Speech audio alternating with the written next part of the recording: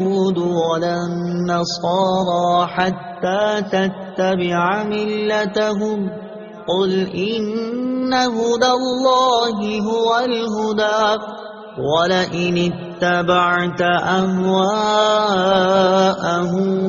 بَعْدَ الَّذِي جَاءَكَ مِنَ الْعِلْمِ مَا لَكَ مِنَ اللَّهِ مِنْ وَلِيٍّ وَلَا نَصِيرٍ۔ ترجمہ: اور یہودی اور عیسائی ہرگز آپ سے راضی نہ ہوں گے جب تک آپ ان کے دین کی پیروی نہ کر لیں۔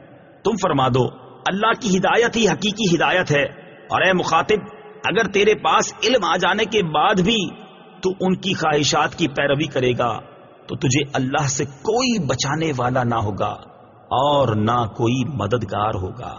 ولن ترضاه، اور ہرگز راضی نہ ہوں گے۔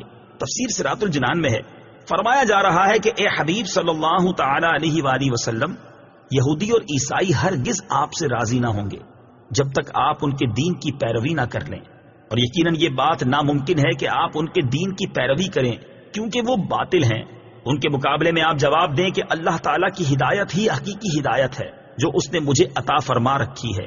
اس آیت سے یہ بھی سمجھ آتا ہے کہ کفار بحیثیت مجموعی مسلمانوں سے کبھی راضی نہیں ہو سکتے، اگرچہ ظاہری طور پر کبھی حالات مختلف ہو جائیں۔ افسوس کہ ہزاروں تجربات کے بعد بھی مسلمان سبق نہیں سیکھتے۔ وَلَئِنِ اتَّبَعْتَ، اور اگر تم نے پیروی کی۔ تفسیر صراط الجنان میں ہے، یہ خطاب امت محمدیہ کو ہے کہ جب تم نے جان لیا کہ سید الانبیاء صلی اللہ تعالی علیہ وآلہ وسلم تمہارے پاس حق کو ہدایت لائے تو تم ہرگز کفار کی خواہشوں کی پیروی نہ کرنا، اگر ایسا کیا تو تمہیں کوئی عذاب الہی سے بچانے والا نہیں۔